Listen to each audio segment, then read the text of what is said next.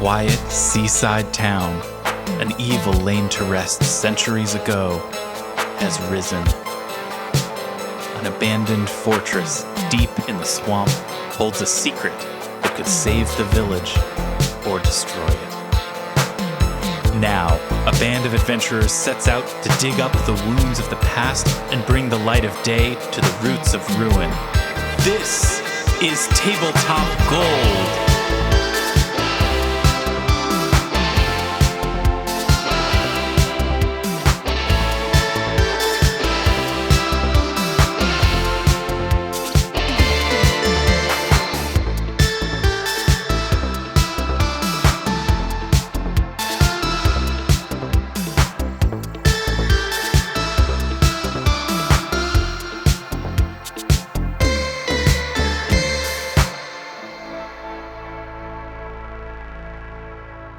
Welcome to Tabletop Gold, episode 163. I'm Lars Casteen. Welcome to the show. We've got another fun evening of tabletop role-playing games and chatting, chitting, and chewing the fat. That's what we're doing today here on Tabletop Gold. Joined today, as always, by Robin Lange. Hello, good that time. Good that time. David the Tin Man. Oh, happy to be here too. Zippy Zoo. David the Chin. No, David the Chin Man Chernicoff is here. I definitely prefer Tin Man. Good that time. Armet Humphreys is here. Hello. Good that time. Good that time. And Zoe Chernicoff is also here. Hi. Hi. Hi. Zoe, Since we had an alienating hello, I thought we needed one. I think that it's a good move putting that alienating hello deeper into the Yes, hellos. people really didn't see it coming, I think. This week we could just use the couple of minutes right before we started rolling with the show. We could just include that and alienate plenty of people that way. Yeah, that's right. We were talking about hot button issues, pushing those hot little buttons. Those buttons that you on the internet hated so much when we push. We pushed them hard. Stop pushing that, you say. And we'll stop. And we did stop before we started recording. Zoe, we've been chatting about things that we want to discuss today before we jump into our game, and you had an intriguing idea for a chat topic. What's the idea? What's happening? Yeah, well, I feel like last time we were talking about sports we liked and we're excited about, and it all lists of things you like or don't like, flashed me back to something David and I did, I don't know, somewhere between 2 and 100 years ago. I don't know how many listeners are familiar with the humor site McSweeney's. I feel like it had like a real moment on the internet from, 2007 to 2012 or something like that. Yes, I feel passionately about McSweeney's. Yeah. And somewhere in that range, David and I decided to submit they used to do those little, even before BuzzFeed, they did those little, silly lists where it'd be, 5 to 7 things, and then there'd be some punchline in them. Yeah. So we submitted a list of things it is impossible to like, ironically. Oh, okay. So help me understand this. Things that are impossible to like, ironically. Like, if somebody... Can you give an example? I will give you an example. But the basic it? idea is you can hate it or just not care for it, right? You can be indifferent, or you can like it earnestly, but it's not like Chia Pets or Hanson or something, right? Where you can sort of have a kitschy love of it. You're either Chalamet. in or you're just that's not for me. Yeah. So the 2 examples I remember, and David might remember others, are tilapia. I don't think you can like tilapia, ironically. I'm trying to imagine the person who would, and I'm pulling up. It's tricky, right? And the Dave Matthews Band, which I don't think you can like. Yeah. So those are such interesting choices, because I feel like you defined ends of a spectrum, because I don't think that anybody feels particularly strongly about tilapia, but I think a lot of people feel very strongly about the Dave Matthews Band. Well, could you just say all jam bands? I think it's possible to like a jam band. I feel like Fish, String Cheese Incident, Grateful Dead, Dispatch. There's no ironic love there. You might be right. Think you might be able to like Fish, ironically. I think you could get there. I think it's something I've been working on for a while. I know the names of many of their songs, I know they have a song called David Bowie where they mention David Bowie in it.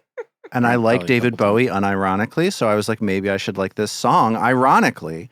They also in that song mention UB40, a band that I genuinely also like ironically. So the fish is eating its own, the tilapia is eating its own tail in this situation. Its own tilapia-like tail. Yeah. I was about to say classical music in general, but I know within classical music snobs, there are definitely opinions of liking certain composers ironically.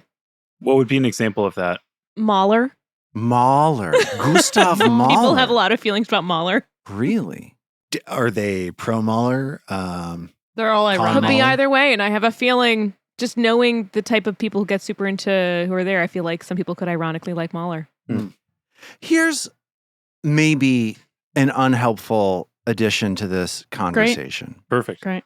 I've got one too. Is it possible that liking something ironically is just trying to not let people know that you like it? Like, is it possible that like ironic liking of something is like a defense mechanism against being called out for liking something that you're worried you're going to be judged for?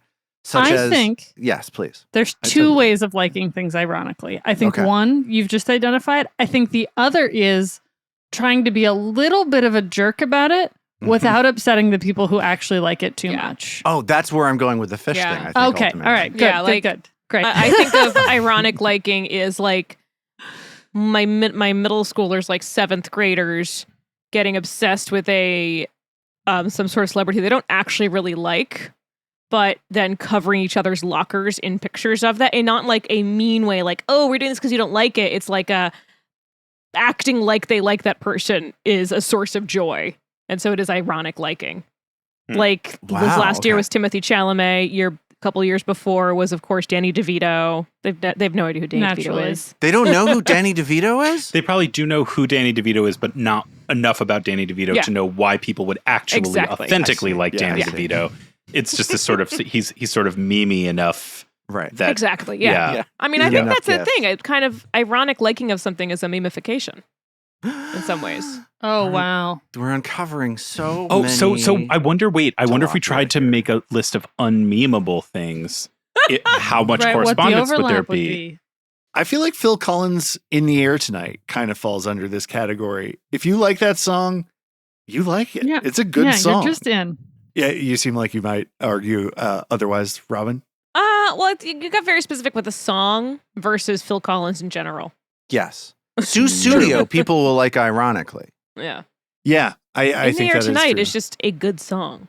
That was in the movie. What's it called? The one about where they all go to Vegas and it's a bachelor Swingers. party. No. With The Hangover? The Hangover. It appears in The Hangover in a way that I think might be ironic. But here's the thing.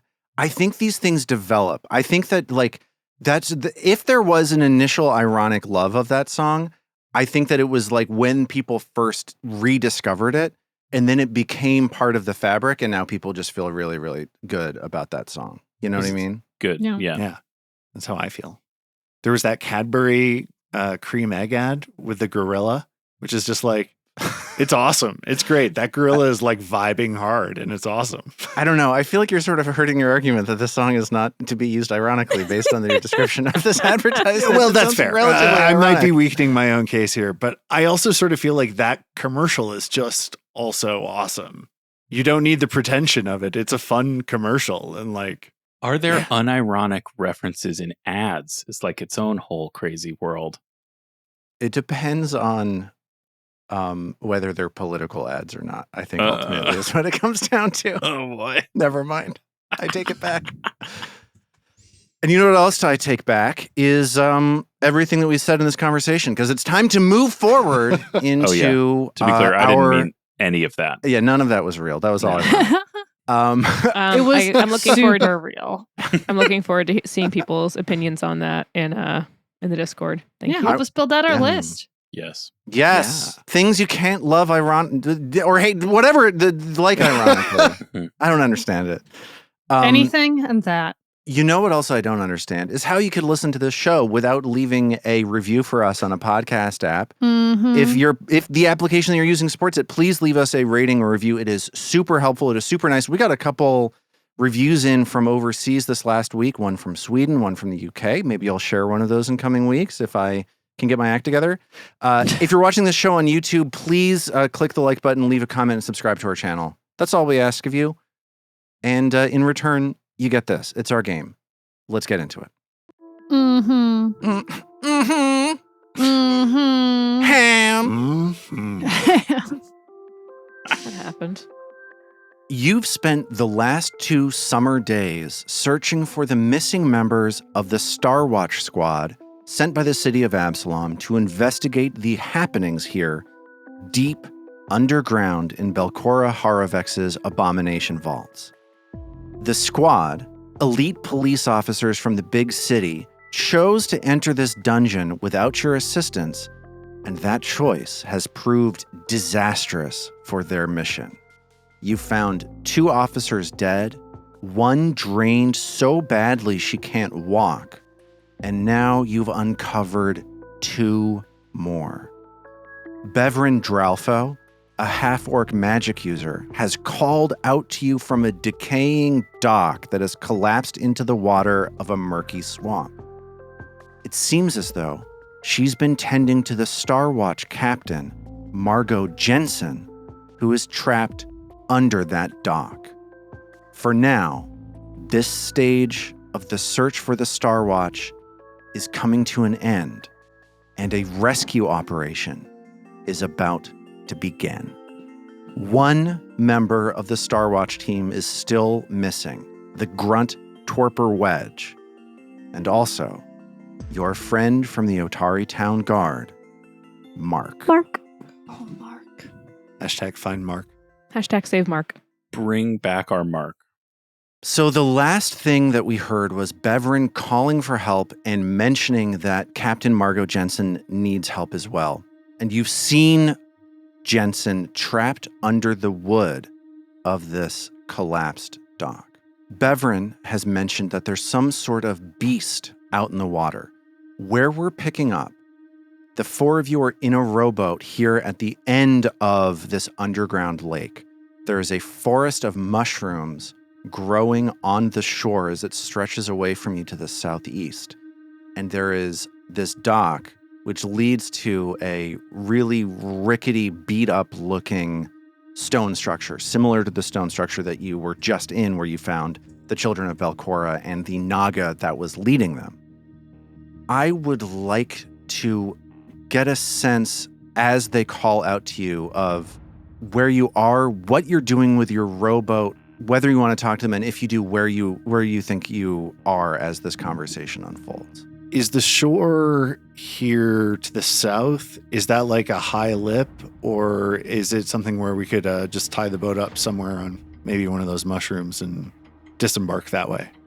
Do a little bit of mushroom hunting, collect some yummy Exactly. treats. This is not a ledge. The lake here, the southern end of this lake, runs up against another rocky shore, similar to what you saw on the northern part of the floor.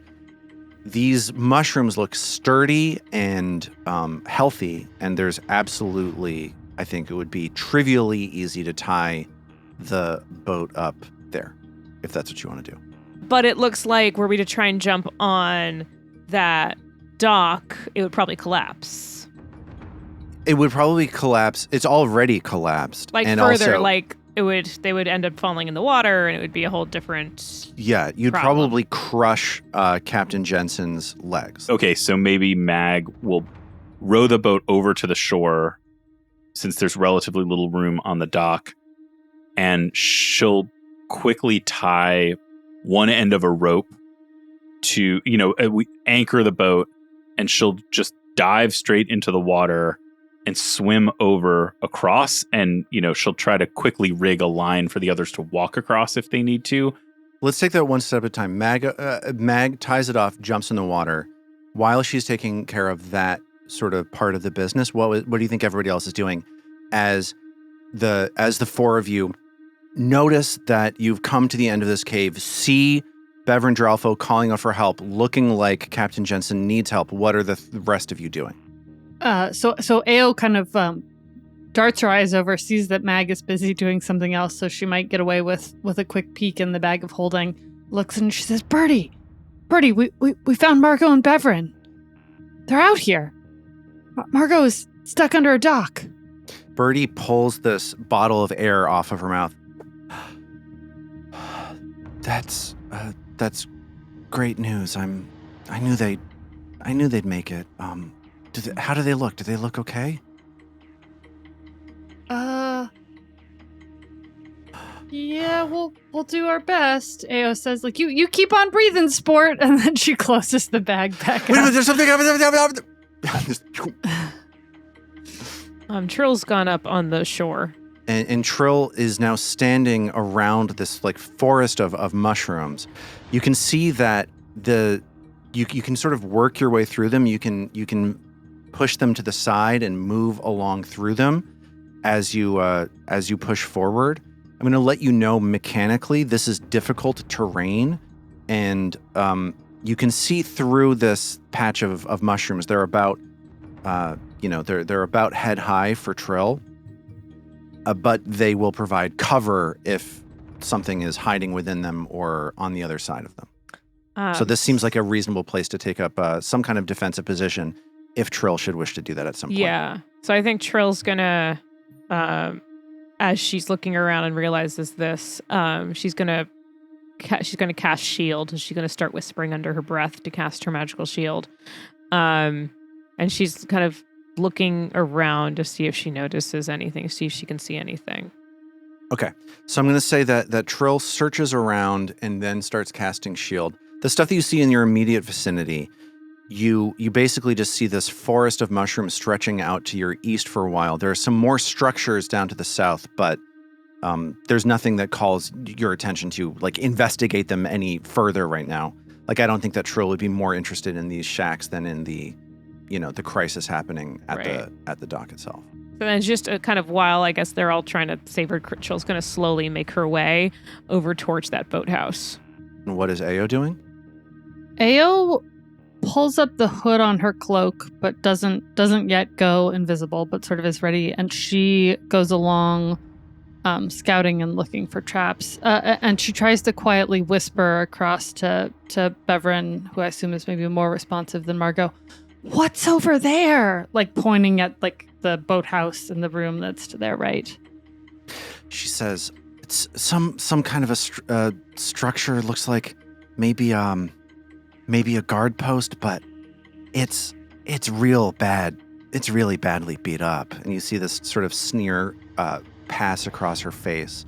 She's not a particularly pleasant person. She's almost like reflexively sort of makes this kind of sour facial expression at you as she's talking, almost like it's something that she can't really help. But she says, "There's something here. There's something in the swamp that nests here.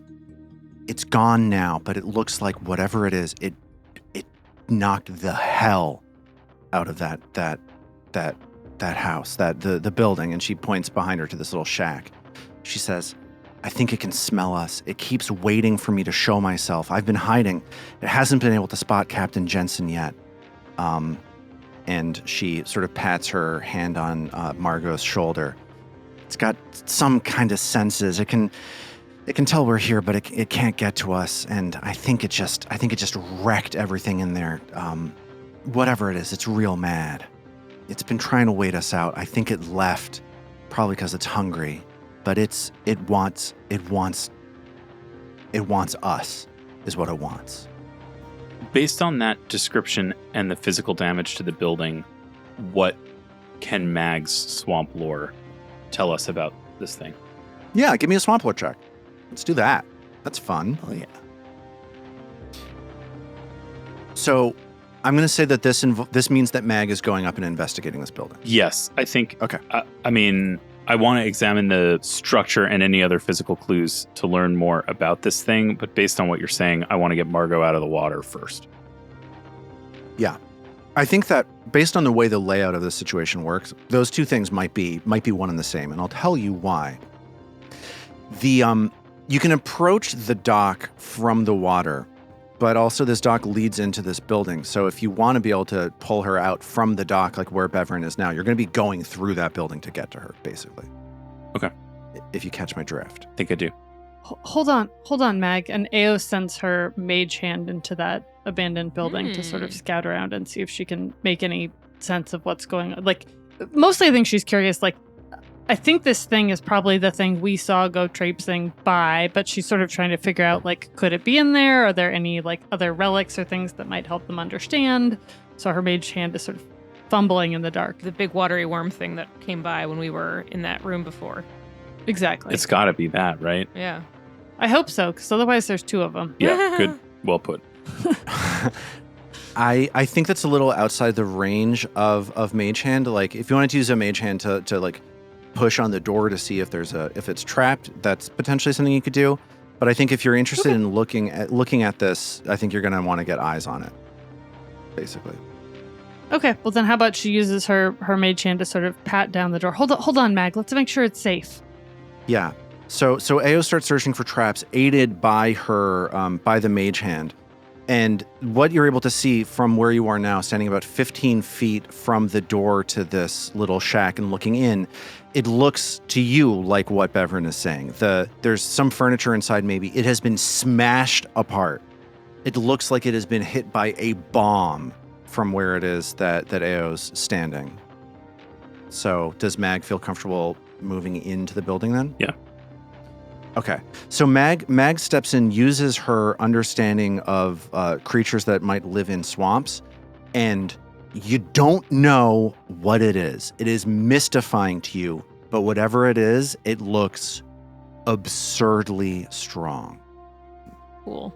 So, Beverin catches your eye through the door as you approach that door, and she turns towards you as she's sort of like squinting and looking out towards the water, making sure that nothing is approaching.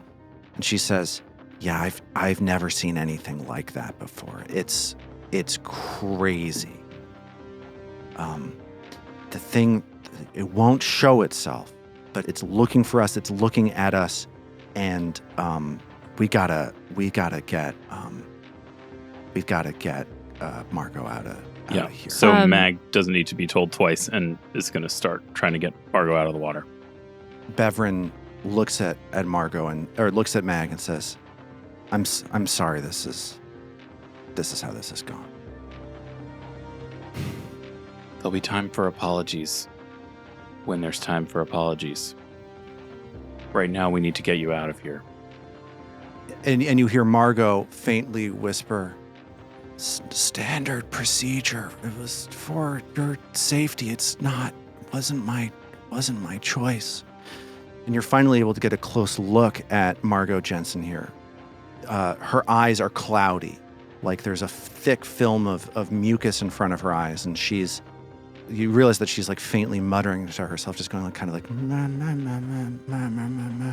Like there's something disconnected in her mind. Whatever it is that is in this swamp water that's making her sick, it is making her weak and clouding her thoughts. Could Istin make an Arcana check to see if he knows anything about what that effect is or what kind of magic is exerting that influence? Yeah, go ahead. Give me an Arcana check. That sounds good. Sweet. Okay. So Istin peers into the lake, tries to get a sense of what this magic could be.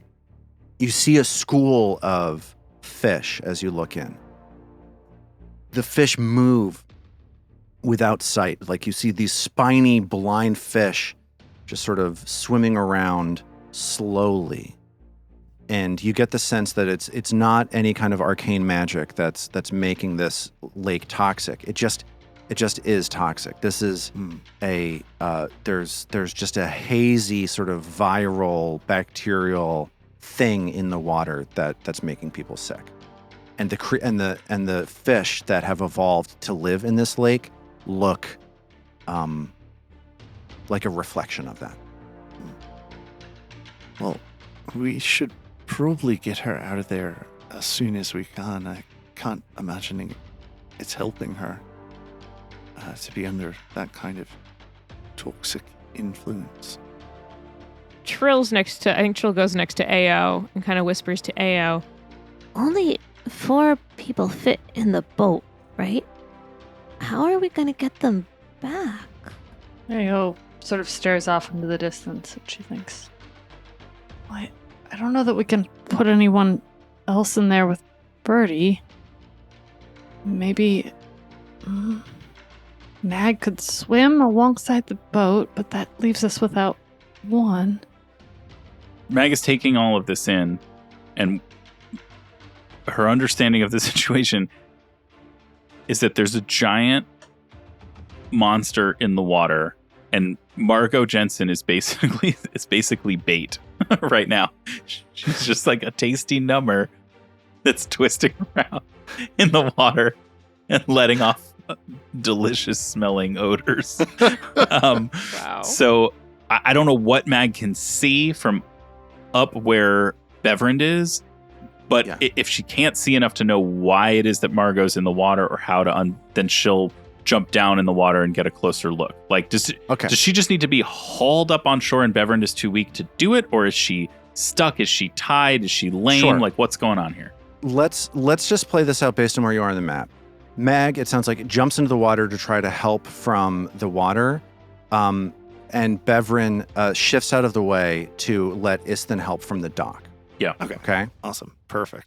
So what Mag sees as she swims up, she gets a very clear look at a huge beam of wood that is holding Margot in place. Yeah. It is across her, and there's more wood across her legs, like her legs are crushed. You get the sense that if she were to free herself or be freed from this collapsed dock, she would have to either be lifted or crawl to move around. Her legs look like they are useless as Mag swims down underwater, gets a good look at her entire body, and then surfaces again. Mag gets the impression that there's a chance here to, if you move quickly, to lift this wood off of Margot. I'm going to call this a force open check. This is an athletics check. I think this is of a master difficulty. This is a DC 30 athletics check. Okay. And if anybody wants to aid, like Istin seems like he is preparing to do, that's also something that you could do. But Beverin steps back, looks at Mag and Istin and says, that's a good idea. I'm sorry. I've tried to move it. I'm just not, I can't do it. So please get her out of there, please. This is beyond mage hand here, right? Definitely. Mage hand like has a upper weight limit on it that is like not even close to this. Is Mage Hand a master in athletics? Just figured I'd check. It's a great question. It is. I got this, Ao says, Zoe reaching loves Mage her. hand into the water and the log not moving at all. It's splashing around like a fish flopping on the Right. surface of the water. Like a tilapia. Beautiful tilapia. Can Istin aid with athletics? He's also a master? No question. So this is going to be a DC 15, like a typical aid check. If you critically succeed, they'll get a +3 to Mag's check because you're a master. Amazing. And because of Istin's cooperative nature, it gets a +4 circumstance bonus to this check. So okay. Critical success looks very likely. And Mag probably notices that. Mag notices how helpfully Istin is helping the situation. 24. So close to a crit. Close to a crit, not quite a crit. So Mag sees how much Istin wants to cooperate, but just gets a little bit of a boost. Let's get that athletics check. I was going to say, can Trill cheer on with performance? Sure, let's do that. Why not? Let's throw them all. Let's just throw them all there. So that's a 29. So Mag starts to lift this beam of wood off of Margot to free her. Gets a little bit of help from Istin, but this help from Trill, it fills her with the drive to push forwards. This is going to be a +3 to Mag's check. DC 30. Nice. And here is that check. All right, my roll was a 29. So it looks like the aids pushed it over the top. Yes. Hell yeah. Amazing. Love when that happens. Let's throw a hero point at all three of you Woo! for working together to push this bit of wood off as the three of you in concert contribute what you can. Mag putting the muscle behind everything. Yes. You don't feel like the mage hand ultimately like was part of that, or yes. Okay, See, this that's is fair. the I can take that feedback. Okay. Okay. That's why this game is such a good game. But as you start to lift this wood off of Margot, just as the wood slips free and moves out, like splashes into the water on the far side of Margot, you hear a sound and you feel the water start to push forward. The water level surges higher as you're starting to free Margot. She is now not underneath this wood, starts floating up as this big swell of water rushes towards the shore and towards this little mushroom forest. And a creature starts to emerge out of the brackish water. As this is happening, Ao whispers, "I got your back," and goes invisible with the hood up. And Trill has also got her. She's still got her. Or she's got her shield up again. Her magical shield. Okay, I'll allow it. I'll let you guys do a thing Thank before you roll initiative. you. It's fine. Makes sense. So this creature starts emerging out of the brackish water. It is happening slowly, so you do have a little bit of time to react. You are not going to be caught off guard by this thing.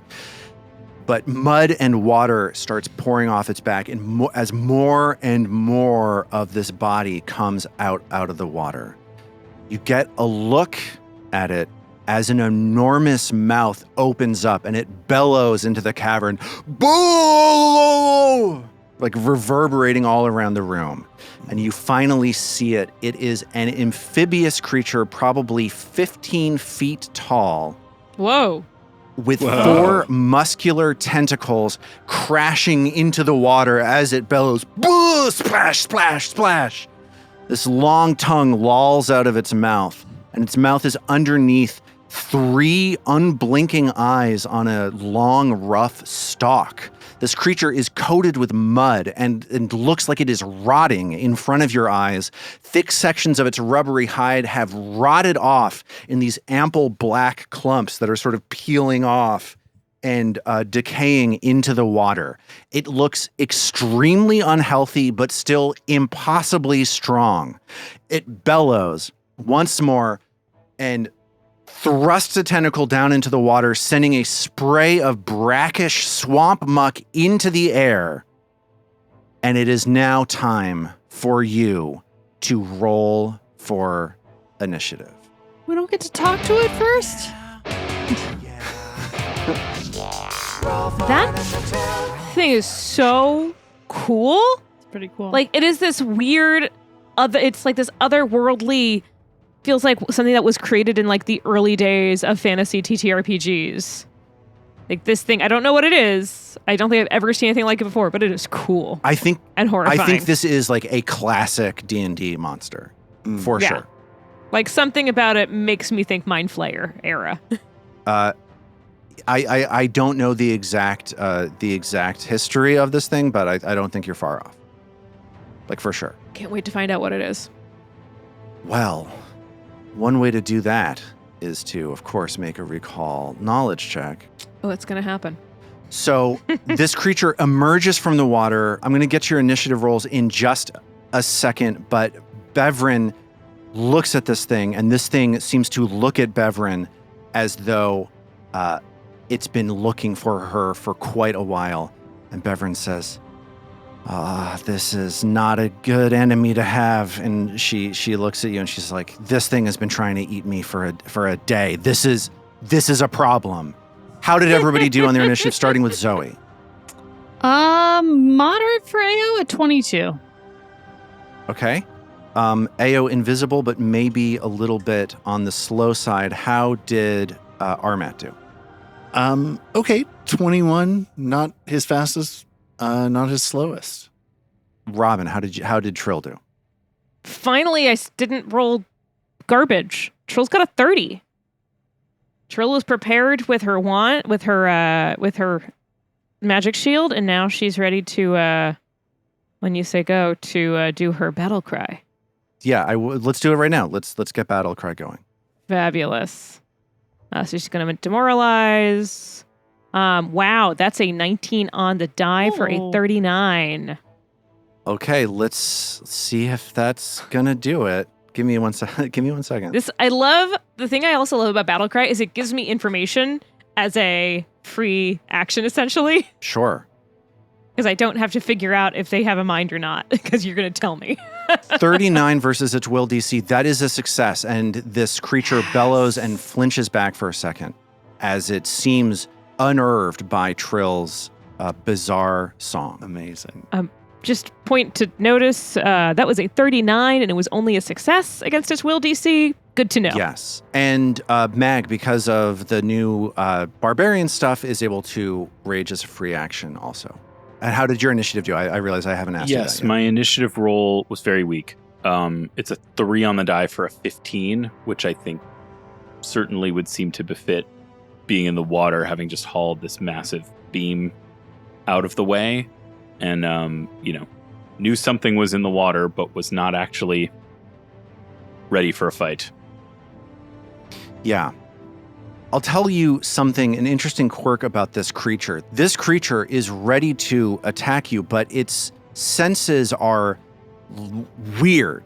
It has the like perception of something from a different place. It looks alien and strange. Like there's a lot going on with this creature. This creature is big. It's got tons of tentacles that look like it can grab a hold of things. It has a huge mouth, but also it's like, it feels like it's an alien creature. It's completely unlike like the natural physiognomy of something that you've seen on Galarian. But on top of that, it is rotting. It is covered with sores and with decaying flesh in a way that seems very strange. It doesn't seem terribly impeded by this rotting, but there's a lot going on with this creature. One of those things is that it has a terrible perception check, and it rolled a 3 on its initiative. Oh.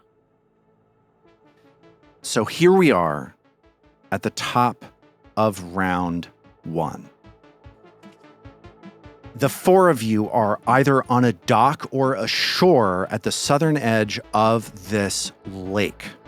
A hulking, nearly kaiju-esque, betentacled beast has emerged out of the water and is swimming across the surface to finally satisfy its desire to eat Margot Jensen and Bevrin Dralfo of the Star Watch.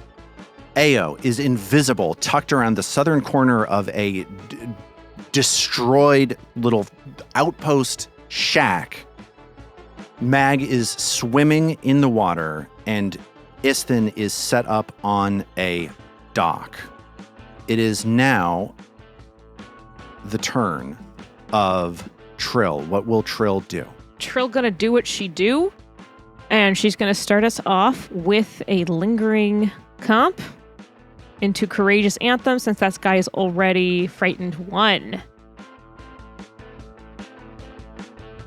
And that's a 29. So that's a success. Everyone gets 3 rounds of Inspire Courage, including our friends Margot and Bevrin. Captain and Lieutenant are also inspired by your song. Boosted. That's right. Now, he's in the water, so he's not immune, but he's like, is it immune to acid damage or resistant to acid damage? So thing to remember, acid's not helpful fire there. Damage too, actually. And fire damage. Okay.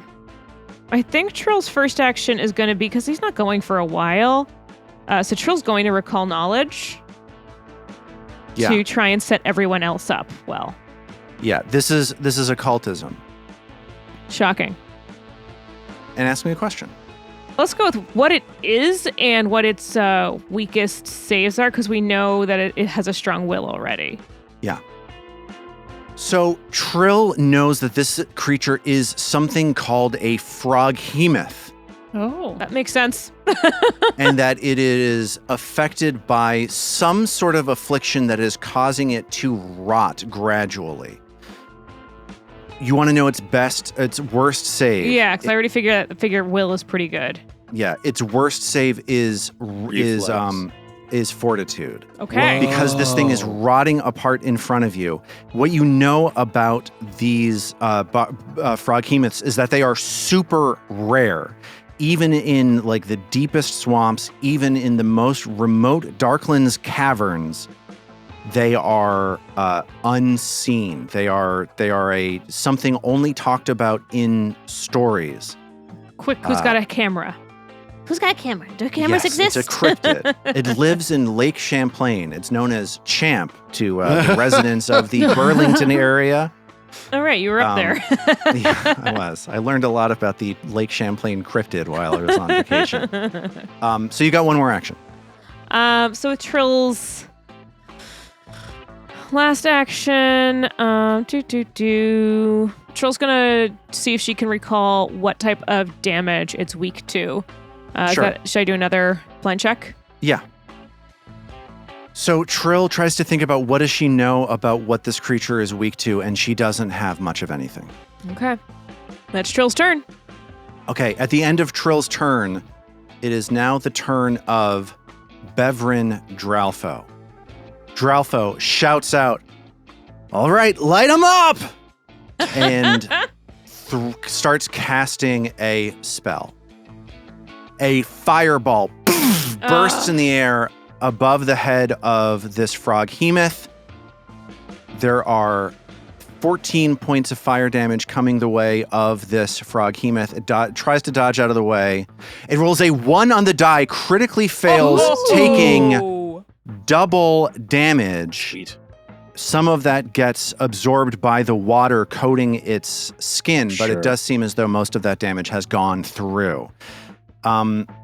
Dralfo then jumps into the water and grabs a hold of your rowboat to try to maintain a line of sight on the creature. It is now Ao's turn.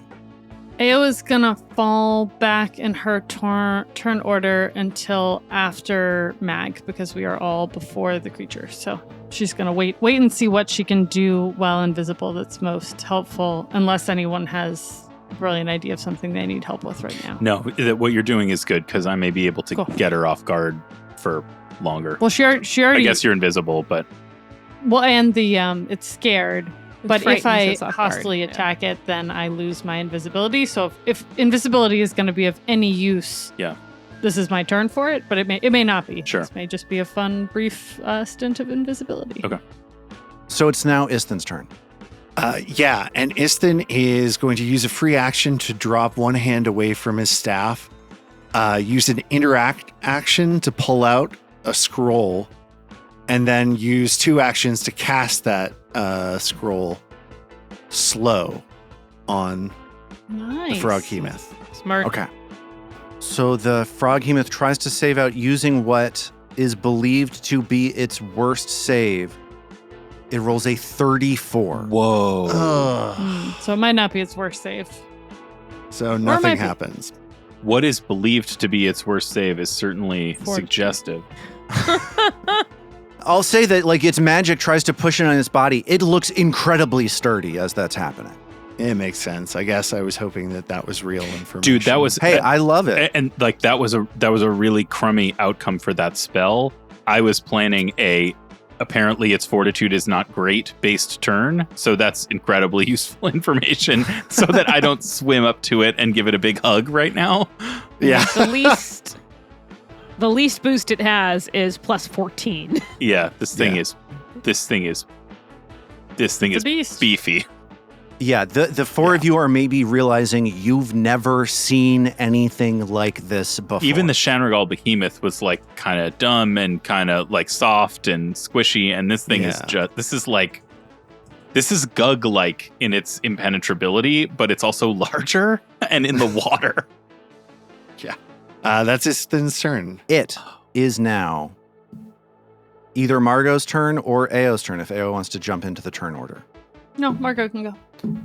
Okay, Margot, her eyes cloudy, mutters, God, get this thing. Kill this fucking thing! Whoa. And reaches and pulls her short bow out and lets an arrow into the hide of the froghemoth. That is a 33 All to right. hit, which hits. Whew, okay. At least 33 hits. So the froghemoth is going to take 14 points of damage. And that's it. It's dead. And it's dead. And Margot, seeing that Isthin is blocking her way, has no place to crawl. So she is going to shoot another arrow at it. She just mutters like, "You're not going to eat me." And that's a 23, which misses. It is now Mag's turn. Sorry, what were Margot's 3 actions? She pulled. She got a hold of her short bow. Okay, she drew and fired twice. twice. All right, well, Mag is profoundly disturbed by what's happened so far because Trill tried to learn about it, came away with like a misguided impression on the one count and couldn't figure anything else out on the other. We then had 2 pretty successful attacks against it that did something like 50 damage to it, and it's like got barely a scratch. It repelled Isthin's attack entirely, and it's immune to fire, or it's resistant to fire. Because it's in the water. I guess because it's in the water, which like that's certainly one of Isthin's big things. So what do you think? Well, Mag is braver than David. David's not seeing a path to victory here. And it seems like if we stay out of the water, we don't know whether it would follow us out of the water. But I'm not going to lie, guys. I'm already thinking about running away from this thing. This thing seems like a smart mountain of hit points. I guess just thinking on that, my question on just as us talking here would be, how do we run away? Because we'd have to run away onto land probably. Yes. But would it chase us? We head south, right? We just don't know where it'll We'd take have to somehow, if we do want to save Margot and Devin, we've got to get them in. We have to pick them up. Yeah. It seems like a water creature, I will say. That's what I this guess thing seems to live in the stream. I'm figuring it might not hang out on land as much, or it might not do as well on land.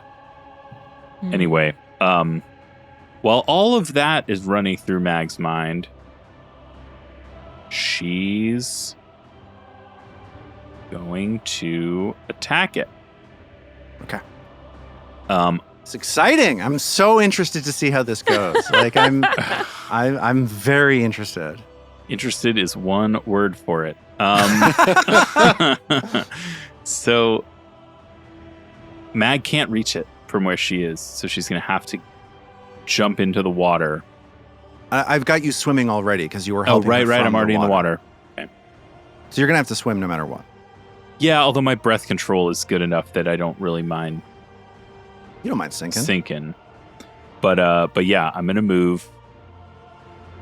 I'm gonna move to a position that is between it and Margot, so that if it is time to run, she's still within arm's reach. All right, here is that attack roll. That's a good roll. That's a 32 to hit. That hits. You feel your Earthbreaker slam into one of these tentacles. Nice. And it's 19 more damage. Are we making a dent? Yes, you are making a dent. The Earthbreaker finds a rotted portion of this tentacle and sinks into it in a sickening way. And you know what? I'm gonna make it a slam down, and I'm gonna try to trip it. So you do know that things that are swimming cannot be tripped. Oh, okay. So I'm not gonna do that. And based on Isthin's fortitude-based interaction with it, I was thinking of trying to grab it, but I'm not doing that now. Yeah, you've had so much luck with athletic maneuvers recently. Like the way that you restrained that Naga was huge, but Mag, her athletics seem like they're not going to be a factor in this situation. No, for sure. I could do it. It's huge, but I have Titan Wrestler, which I've also been itching to use at some point. But the thing about things that are 2 sizes larger than you is that you're too weak to grab them. Here is another attack roll. That is only a 23 to hit with the multiple attack penalty. That one is a miss. Yeah. And that's my As turn. Mag misses with this final strike, the Froghemoth, its eye stalks advance and it looks towards Beverin Dralfo and just goes, "Whoa!" And Beverin is like, shakes her head and she's like, "All right, if this is how it's going to be, this is how it's going to be." The Froghemoth reaches its jaws. Wait a minute. We have I get AO to to jump back into the order. Oh, I'm sorry, please. Yeah. And as it starts to bellow, and Beverin says this thing, Ao invisibly pops into action. Lars is casting roaring applause, which is unlikely to work, but seems potentially worth a try. Is that a hostile action? Let me take a look at the spell real quick. I'm gonna guess that it is. I think the only thing that it would do is impede and hurt something. So, Well, it's for camaraderie. it's not only a hostile action. It doesn't have the visual action. trait. Targets of this spell must be able to see, hear, or otherwise understand you. Is something that is written on this spell. That's like the second sentence of it. Okay. So I will say that. So it can't see me. Interesting, right? But guess what?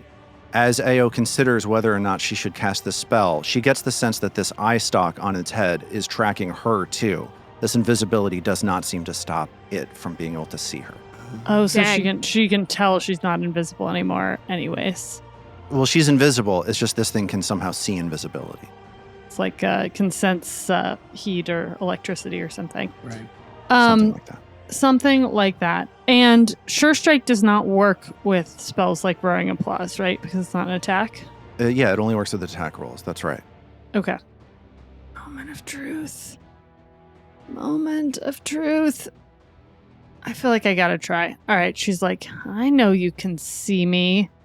She like quietly whispers. She's like, well, let's see if we can get you not to pay attention some other way. And she tries to cast Roaring Applause. Okay. So what do I have to do? You have to do a will save, and you have to roll poorly, please.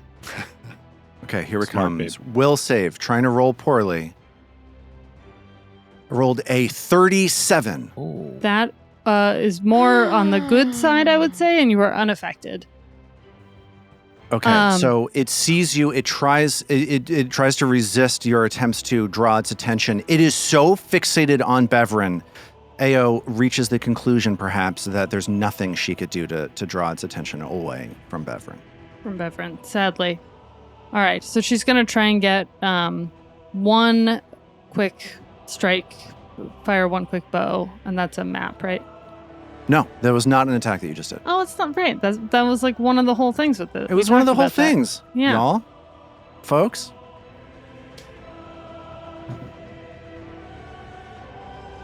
Was some confusing number of die just rolled. Robin is just rolling dice all over the place. I'm trying Um, to read like the description of something, and I keep clicking it, and it's not. And it ends up going into that rather than giving me the description. I'm sorry. No worries. It was a 23 to hit. That does not hit. The arrow deflects off of this thing's rubbery hide. And now it is the Froghemoth's turn, and Beverin is yelling. All of this from Ao is happening as Beverin was yelling back and forth with this creature. The Froghemoth reaches its jaws forward and clamps them down on Beverin. That is a 28 to hit. So that hits Beverin. She is going to take 39 points of damage. Whoa. And Yikes. she gets this thing in her mouth. She's clamped down in this thing's mouth, and this creature attempts to grab her. That was a 33 to grab, so Beverin is now restrained. Don't love that. Yikes. Don't love Yeah. that. And then Beverin, grabbed in this creature's mouth, is sucked into its gaping maw as it attempts to swallow her whole. What? Oh, So this is going to be an athletics check versus her reflex DC. This is affected by a map. And I'm just rolling a raw athletics check. So that's a 30 versus reflex DC for her. That is a success.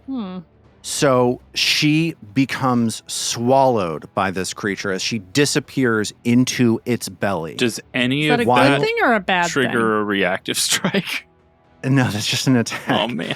While she's in its belly, she is grabbed and she is slowed 1.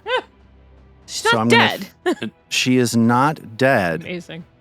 Grabbed and slowed 1.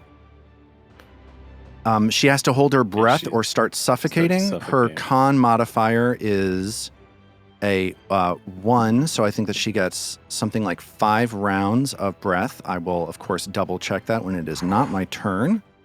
So she also is going to take 3d6 plus 9 bludgeoning damage as she's swallowed. That is That is the wrong target, of course. Sorry, give me a second. There's a lot going on my screen right now, and all of it's fucked up. Okay, so Beverin is going to take 19 more points of damage as she is swallowed, as she is crunched on by this thing. I mean, at least you did a good job of making us not really like Beverin. Right. Yeah.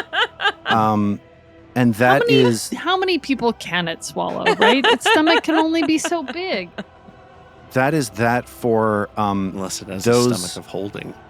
2 actions. And with its final action, this creature is going to swim just a little bit around Mag to try to get towards Margot. That sounds like it would trigger a reactive strike. It definitely does. Woohoo. Here is that reactive strike. It is insufficient. 26. That misses. It is now the top of round 2. And this froghemoth has swallowed Beverin Dralfo. She is suffocating in its stomach. Mag is in the water. Margot, Jensen, and Istin are on the dock trying to get away from it. Ao and Trill a short distance away. They get the sense maybe still within reach of this creature's tentacles on the shore. It is now Trill's turn. This might go badly. And by badly, I just mean not well. But I think Trill's going to try and paralyze. The classic definition of badly.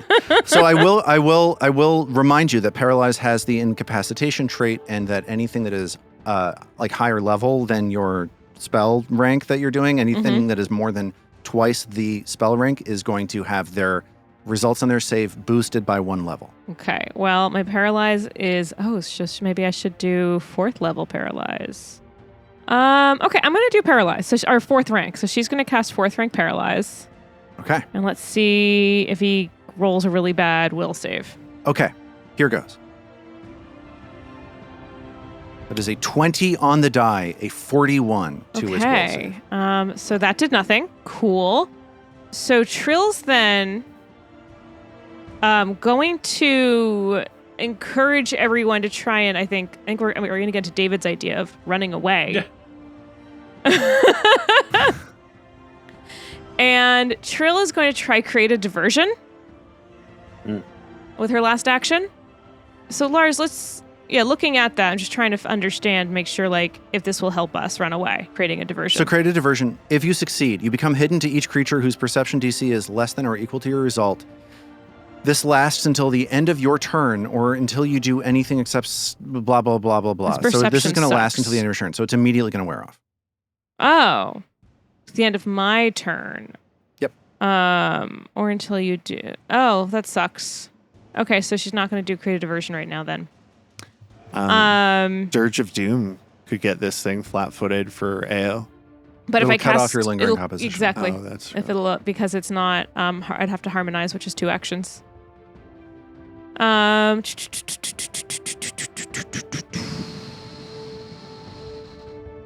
There might not be that much that you can do with this last action, aside from move, maybe. Yeah.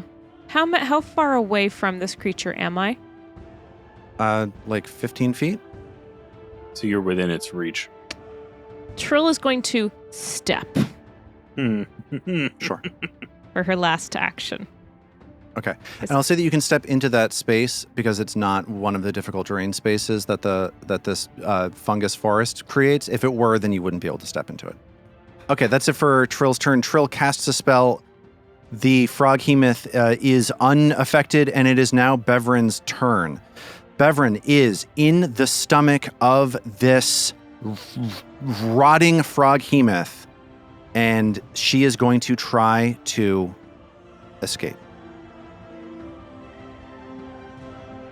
That is a critical failure by a bunch, so she cannot attempt to escape again. She has one more action.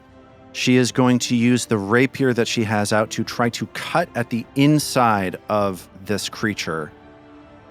I like it. This has got the map. That is a 26 to hit. It does not work.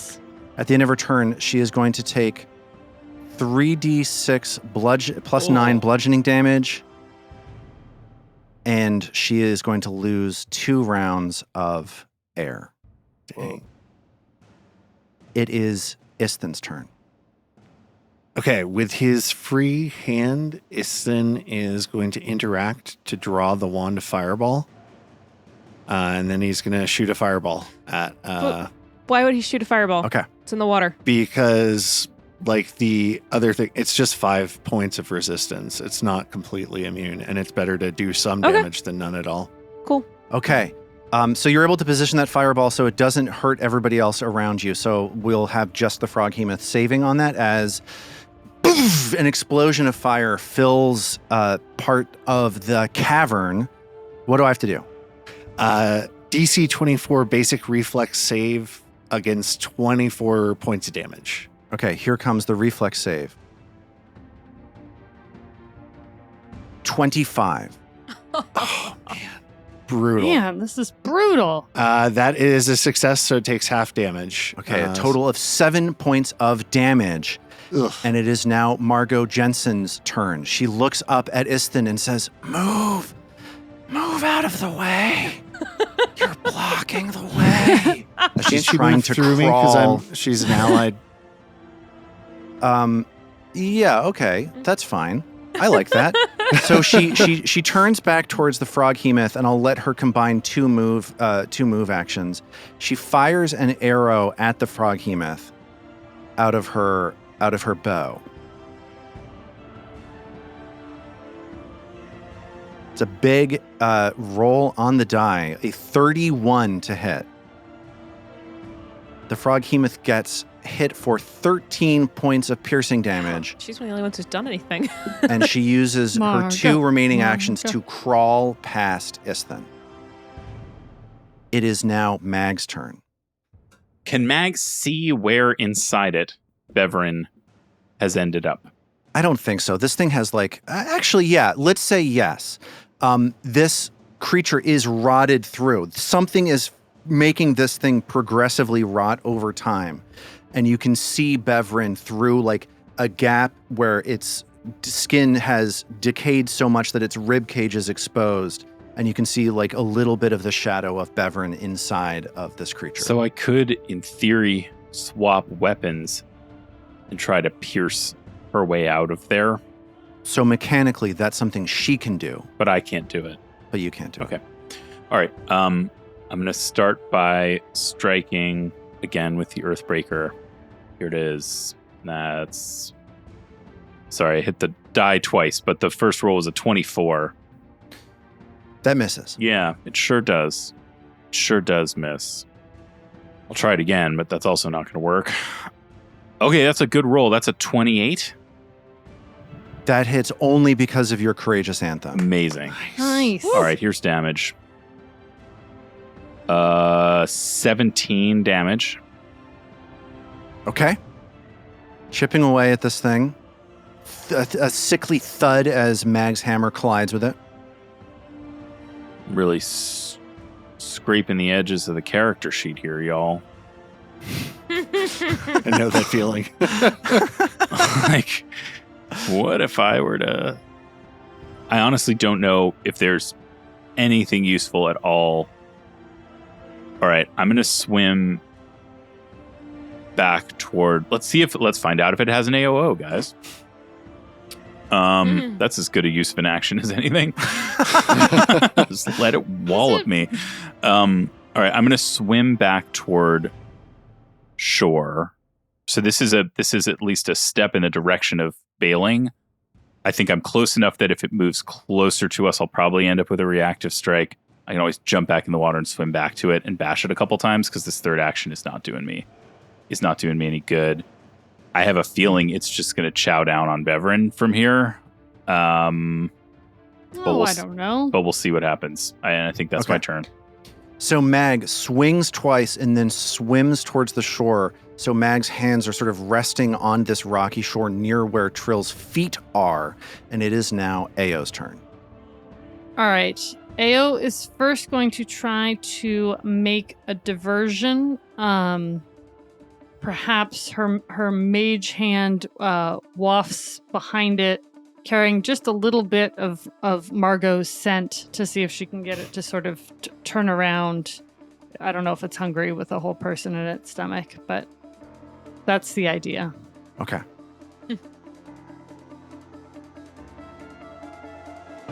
It's a 37. Easy critical success. This thing has a terrible perception score. So it totally bites on the distraction that you're setting for it, and you are now hidden from it. Great. And then Ao is going to fire 2 quick arrows off at it.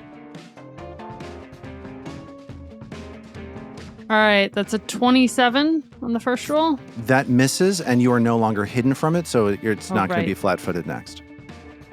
All right. Well, no, Ao's going to fire 1 more arrow at it out of spite and malice. How about a 17? Will that hit?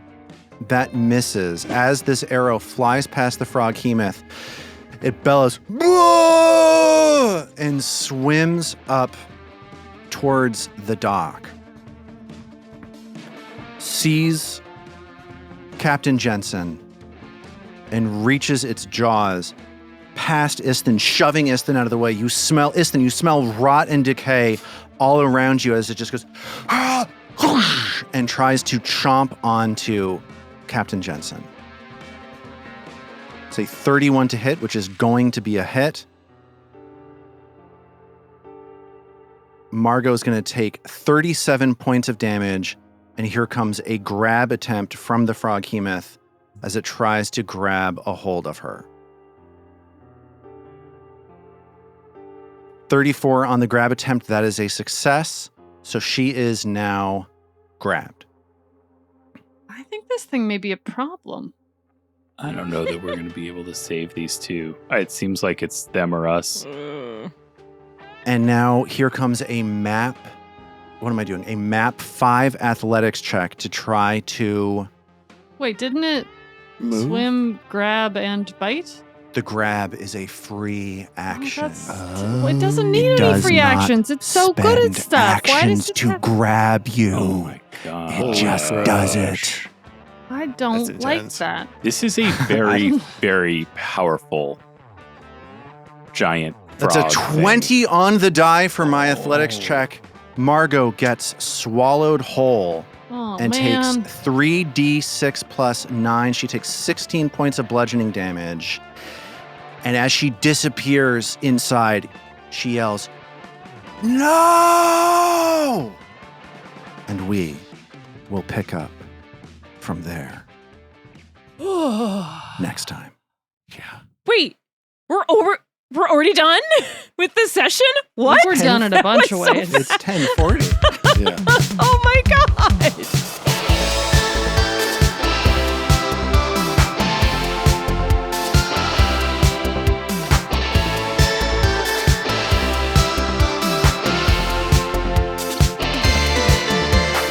The roots of of Ruin is a Tabletop Gold production produced under the Paizo Incorporated Community Use Policy, using trademarks and copyrights owned by Paizo that are covered under that policy. Paizo does not recognize, endorse, or sponsor this project in any way, and we are expressly prohibited from charging you to use or access this content. For more information about Paizo Inc. and Paizo products, visit paizo.com. All original characters and content in the Roots of Ruin are the property of Tabletop Gold, and all rights are reserved.